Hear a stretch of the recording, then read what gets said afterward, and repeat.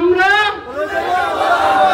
ইংলিশের চামড়া, ইংলিশের চামড়া।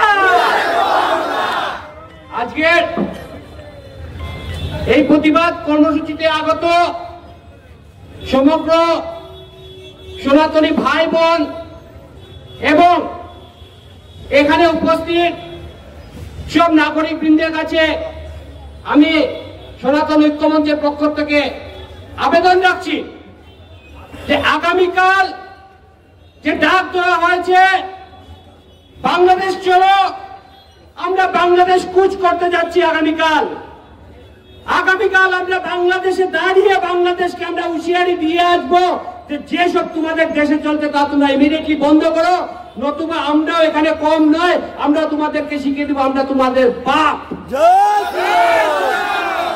আমরা তোমাদের বাপ। ভুলে যাওনি, ভুলে যাবে না। 56 জন কারসেবক জ্বালিয়েছিল গোত্রাতে, তারপর যে হিন্দুরা তাণ্ডব দেখেছিল, ত্রাহি দেখেছিল, এইগুলো ভুলবে না। আজকে পর্যন্ত গুজরাট সেই দাঙ্গার জন্য কিন্তু ফেমাস। শুরু হিন্দুরা করেনি, কিন্তু শেষ হিন্দুরা করেছে। হিন্দুরা ঘুমিয়ে আছে, ওদেরকে ঘুমিয়ে থাকতে দাও।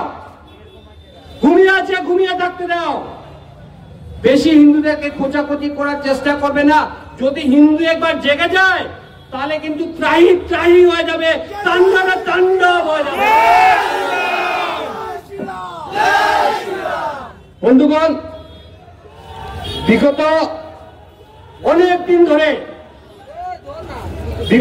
দিন ধরে আমরা দেখছি যে বাংলাদেশে কিভাবে একের পর এক হিন্দুদের উপর আক্রমণ হচ্ছে, একের পর এক হিন্দু মঠ মন্দির ভাঙা হচ্ছে, একের পর এক সাধু সন্তদের উপর আক্রমণ হচ্ছে। এবং গত কিছুদিন আগে আমরা দেখেছি যে চিন্ময় প্রভুকে কিভাবে ওরা অ্যারেস্ট করেছে দেশদ্রোহী তাকমা দিয়ে। তার কারণ হিন্দুরা যে র্যালি করেছে বাংলাদেশে, যে র্যালি দেখিয়েছে, সেই র্যালি দেখে ইংলিশ সরকার ভয়ভীত। ওদের ভয় পেয়ে গেছে যে হিন্দুরা যেভাবে জেগে উঠেছে, হিন্দুরা তো নিজের জন্য এখন আলাদা একটি ভারতের মতো আলাদা একটি হিন্দু রাষ্ট্র তৈরি করবে। তাই এই আন্দোলনকে দমন করার জন্য যেসব সাধু সন্তরা সেই মঞ্চে ছিলেন, একে এক করে প্রত্যেক সাধু সন্তদের অ্যারেস্ট করা হচ্ছে, গ্রেফতার করা হচ্ছে একদম বেআইনি ভাবে। কি বলেছেন সেই সাধু?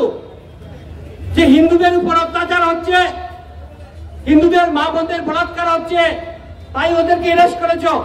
তার মানে বাংলাদেশ সরকার কি চায়? যে হিন্দুদের ঘর বাড়ি লুট হোক, হিন্দুদের মঠ মন্দির ধ্বংস হোক, হিন্দুদের মা বোনদের বলাৎকার হোক, আর তাদের সেই বলাৎকার মা বোনেরা তাতে দাঁত চেপে প্রসব সহ্য করতে হবে, সেই চাই বাংলাদেশ সরকার। সেই অপরাধ ছিল স্বামীজি যে তার বিরুদ্ধে উনি গর্জন করেছেন বাংলাদেশের বুকে দাঁড়িয়ে। আমি উনাকে সাধুবাদ দিতে চাই। এবং বাংলাদেশের নাগরিকরা আমাদের ভারতবর্ষের দিকে তাকিয়ে আছে যে ভারতবর্ষের সনাতনীরা আমাদের পাশে দাঁড়াচ্ছে কিনা। ওরা জানে আমরা ওখান থেকে গিয়ে ওখানে গিয়ে লড়াই করব না, কিন্তু আমরা এখানে যে আন্দোলন করছি সেই আন্দোলন ওদের মনোবল বাড়ানোর জন্য।